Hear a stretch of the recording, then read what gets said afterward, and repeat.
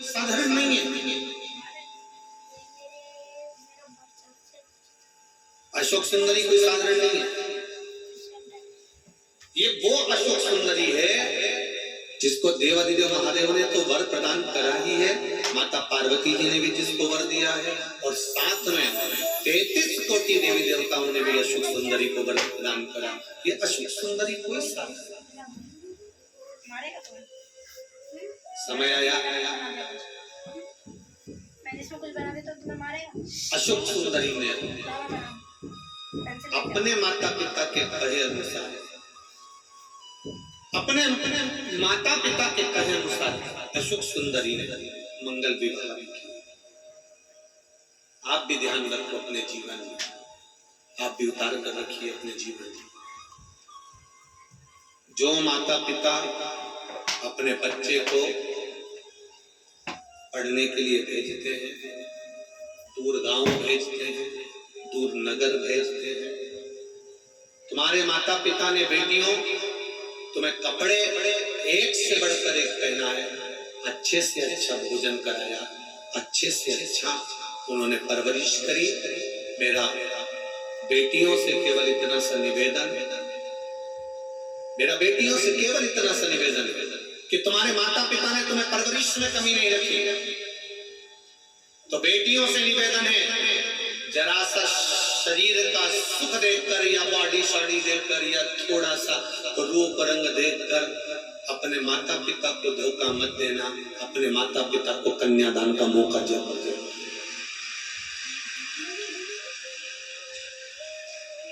अपने माता पिता को कन्यादान का मौका दिया। अपने माता पिता को, जिस माता पिता ने अपनी पूरी जिंदगी तुम्हारे लिए लगा दी, उन माता पिता से दगा ना करो। कहे उस माता पिता को मौका अवश्य कन्यादान का मौका, कहे उनसे, निवेदन करें उनसे, विनती करें।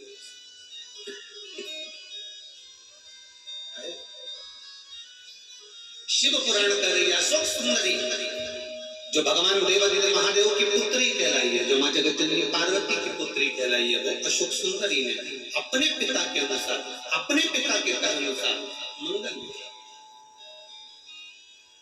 और मंगल विवाह जब अशोक सुंदरी ने किया, निवास किया, आगे समय आता है, कथा वर्णन करती है भगवान देवादिदेव महादेव की प्रेरणा से देवता और राक्षसों ने मिलकर मंथन किया है। उस मंथन में सबसे पहले गौ माता निकली। क्या निकली है? गौ माता। गौ माता निकलने के बाद फिर जो निकला वो विष्णु।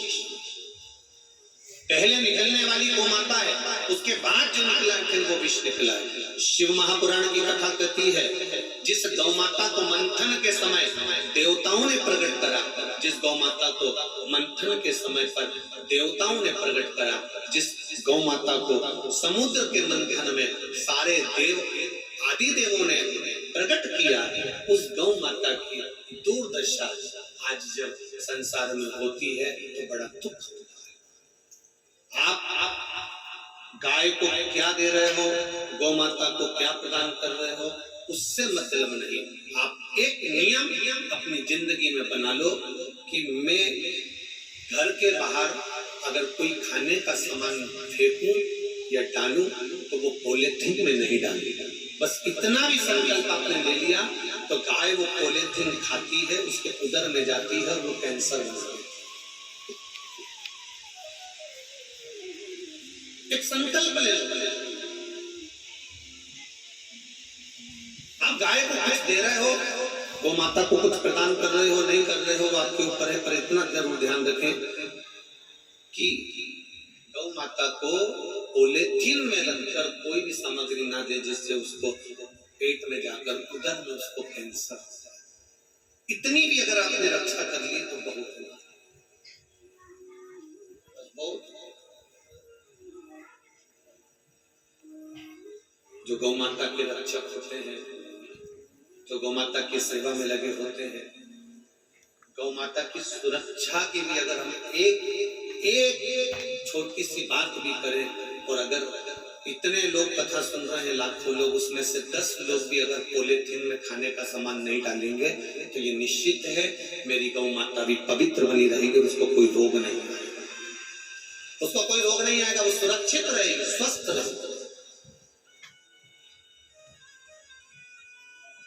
जैसे तारकासुर को मारते समय, तारकासुर का संहार करते समय, तारकासुर के मरने के बाद तारकासुर के 3 पुत्र तारकाक्ष, विदुमाली और कमलाक्ष थे, इन्होंने भी तप करा, इन्होंने भी साधना करी, इन्होंने भी शिव भक्ति प्राप्त करी, इनको भी वर मिला। और वर मिलने के बाद इन्होंने जो मांगा था वो बड़ा विचित्र मांगा था कि 3 राज्य में हम रहेंगे, और वो 3 राज्य में हम रहेंगे, हम मरेंगे तो एक साथ, हमारे प्राण छूटे तो एक जगह पर एक साथ। पर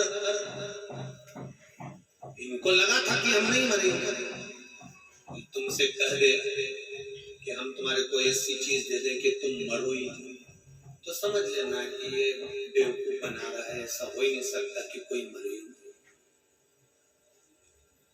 यमराज के यहाँ तो रिश्वत भी नहीं चलती, नहीं तो अच्छे अच्छे करोड़पति अभी तक जिंदा बैठे होते, अगर उसके यहाँ रिश्वत चलती तो,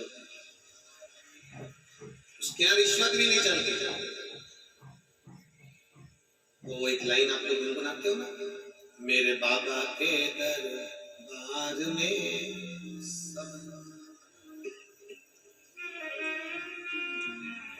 किसी को कोड़ी कम नहीं देता, किसी को दमड़ी ज्यादा। तो कितना दे रहा है, कितना प्रदान कर रहा है, क्या दे रहा है, किस रूप में दे रहा है, ये बता दो। किस रूप में दे रहा है वो वही जान सकता है, ये वो उसको महाराज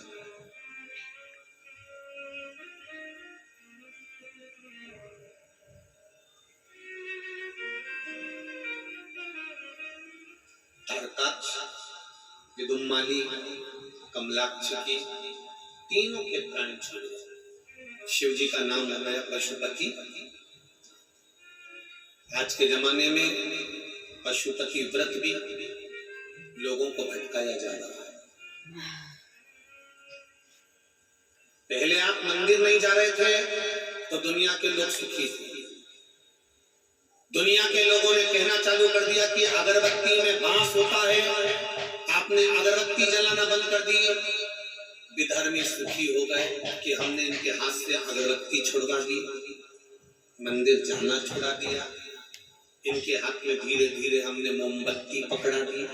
अब ये मंदिर नहीं जाएंगे तो मोमबत्ती पकड़कर दूसरी जगह जाएंगे।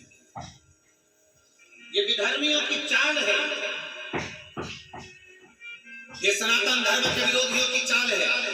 उन्होंने तुमसे कहा कि बांस में, इस अगरबत्ती में बांस होता है। उन्होंने तुमसे कहा कि मंदिर मत जाओ, उन्होंने तुमसे कहा कि अगरबत्ती मत लगाओ। क्यों नहीं लगाओ? क्योंकि अगरबत्ती तुम नहीं लगाओगे तो तुम मंदिर भी नहीं जाओगे, भगवान के सामने 2 मिनट खड़े भी नहीं होंगे, उसके चरणारविंद में पहुंचोगे भी नहीं। तो वो खुश हो, इनको हमने तोड़ दिया। सबसे ज्यादा तकलीफ लोगों को इस शिव पुराण से इसलिए है कि जो मंदिर नहीं जाते थे उनको वापस मंदिर तक पहुंचा दिया।